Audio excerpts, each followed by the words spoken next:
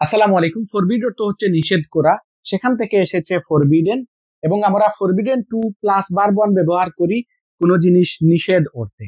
অর্থাৎ কারো কোনো জিনিস করা নিষেধ আছে অথবা নিষেধ ছিল অর্থে আমরা ফরবিডেন টু ব্যবহার করি এবং তারপরে ভার্বের প্রেজেন্ট ফর্ম ব্যবহার করে থাকি। তো এখানে নিষেধ আছে অর্থে আমরা এমিজারের একটি ব্যবহার করব এবং তারপরে forbidden two plus verb one ব্যবহার করব। অর্থাৎ কারো বর্তমানে কোনো কিছু করা নিষেধ আছে অর্থে আমরা বর্তমান কালের সাহায্যকারী ভার্ব এমিজারের একটি নিয়ে আসবো এবং তারপরে forbidden two plus verb one. তো আমরা যদি উদাহরণগুলোর দিকে তাকাই, তার বাজারে যাওয়া নিষেধ, এখানে এখানে একটি আছে লুকানো আছে। তো বাংলা ভাষায় সেটাকে আমরা আছে যদি আমরা এখানে না উল্লেখ করি তাহলেও বাক্যটি সম্পূর্ণ হয়। তাহলে আসলে আছে এখানে যদি লুকানো থাকে তাহলে বাক্যটি হবে তার বাজারে যাওয়া নিষেধ আছে। তার বাজারে যাওয়া নিষেধ আছে বা শুধু নিষেধ দ্বারা বোঝাচ্ছে বর্তমান কালে তার বাজারে যাওয়াটা নিষেধ আছে, বর্তমান কালে কারো কোনো জিনিস করা নিষেধ আছে এরকম বোঝাচ্ছে। এবং তারপর আমার ভাত খাওয়া নিষেধ, এখানে দেখুন আমার ভাত খাওয়া নিষেধ দ্বারা বোঝাচ্ছে বর্তমানে আমার জন্য ভাত খাওয়াটা নিষেধ রয়েছে। তো এক্ষেত্রে যেহেতু এটা বর্তমান কালে বোঝাচ্ছে বর্তমানে আমার জন্য ভাত খাওয়া নিষেধ, সেজন্য আমরা এমিজারের একটি ব্যবহার করব, তারপরে forbidden two plus verb one. একইভাবে রহিমের মোবাইল ব্যবহার করা নিষেধ, এ বাক্য দ্বারা বোঝাচ্ছে বর্তমানে রহিমের মোবাইল ব্যবহার করা নিষেধ, যেহেতু বর্তমানে বোঝাচ্ছে সেজন্য আমরা এমিজারের একটি ব্যবহার করব এবং তারপর নিষেধ অর্থে আমরা ফরবিডেন টু ব্যবহার করব এবং তারপরে ভার্বের প্রেজেন্ট ফর্ম। তো আমি এই বাক্যগুলো ট্রান্সলেশন করি, তাহলে বিষয়টি আপনাদের কাছে আরো পরিষ্কার হয়ে যাবে। তার বাজারে যাওয়া নিষেধ, তাহলে বাক্যটি হবে he is forbidden to go to market. আবার এই বাক্যে আমার ভাত খাওয়া নিষেধ আছে, তাহলে কার নিষেধ আছে? আমার, তাহলে আসবে আই, এবং আই এর সাথে যেহেতু নিষেধ আছে বুঝাচ্ছে বর্তমান কাল বুঝাচ্ছে তাই এমিজারের মধ্য থেকে আসবে এম। আমরা জানি আই এর সাথে সবসময় এম বসে, তাহলে আই এম, তারপর নিষেধ অর্থে আসবে ফরবিডেন,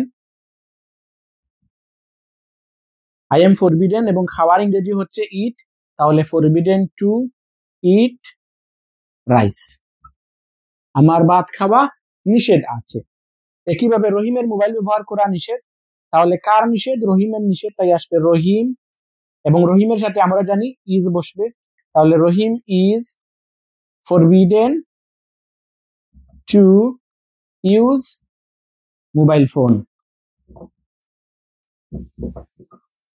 রহিমের মোবাইল ফোন ব্যবহার করা নিষেধ আছে। আবার দেখুন কারো কোনো জিনিস করা নিষেধ ছিল অর্থে, যেহেতু ছিল বুঝাচ্ছে অর্থাৎ অতীতকাল বুঝাচ্ছে, তাই এখানে আমরা অতীতকালের সাহায্যকারী ভার্ব ওয়াজ অথবা ওয়ার নিয়ে আসবো, তাহলে এটা হবে was were plus forbidden two plus verb one.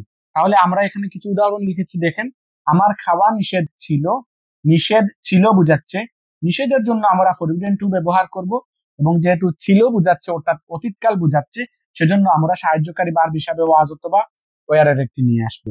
আবার হুমায়রার কথা বলা নিষেধ ছিল, যেহেতু নিষেধ উল্লেখ আছে সেজন্য আমরা ফরবিডেন টু ব্যবহার করব, এবং ছিল উল্লেখ আছে যেহেতু এটা দ্বারা অতীতকাল বুঝাচ্ছে সেজন্য আমরা ওয়াজ অথবা ওয়ারের একটি ব্যবহার করব। একইভাবে আমাদের খেলা নিষেধ ছিল, নিষেধের জন্য আমরা ফরবিডেন টু ব্যবহার করব, এবং ছিল বুঝাচ্ছে সেজন্য আমরা ওয়াজ ওয়ারের একটি ব্যবহার করব। তো আমি এই বাক্যগুলো ট্রান্সলেশন করি, তাহলে বিষয়টি আপনাদের কাছে আরো পরিষ্কার হয়ে যাবে। আমার খাওয়া নিষেধ ছিল, তাহলে কার খাওয়া নিষেধ ছিল? আমার, তাই প্রথমে হবে আমি, আর যেহেতু নিষেধ ছিল বুঝাচ্ছে তাহলে আই এর সাথে আসবে ওয়াজ, তাহলে এটি হবে আই ওয়াজ ফরবিডেন টু ইট, আমার খাওয়া নিষেধ ছিল। হুমায়রার কথা বলা নিষেধ ছিল, তাহলে প্রথমে হলো হুমায়রা, এবং যেহেতু ছিল বুঝাচ্ছে তাই ওয়াজ অথবা এর একটি আসবে, তাহলে হুমায়রার সাথে বসবে ওয়াজ, তাহলে হুমায়রা ওয়াজ ফরবিডেন টু আর কথা বলার ইংরেজি হচ্ছে টক, তাহলে হুমায়রা ওয়াজ ফরবিডেন টু টক।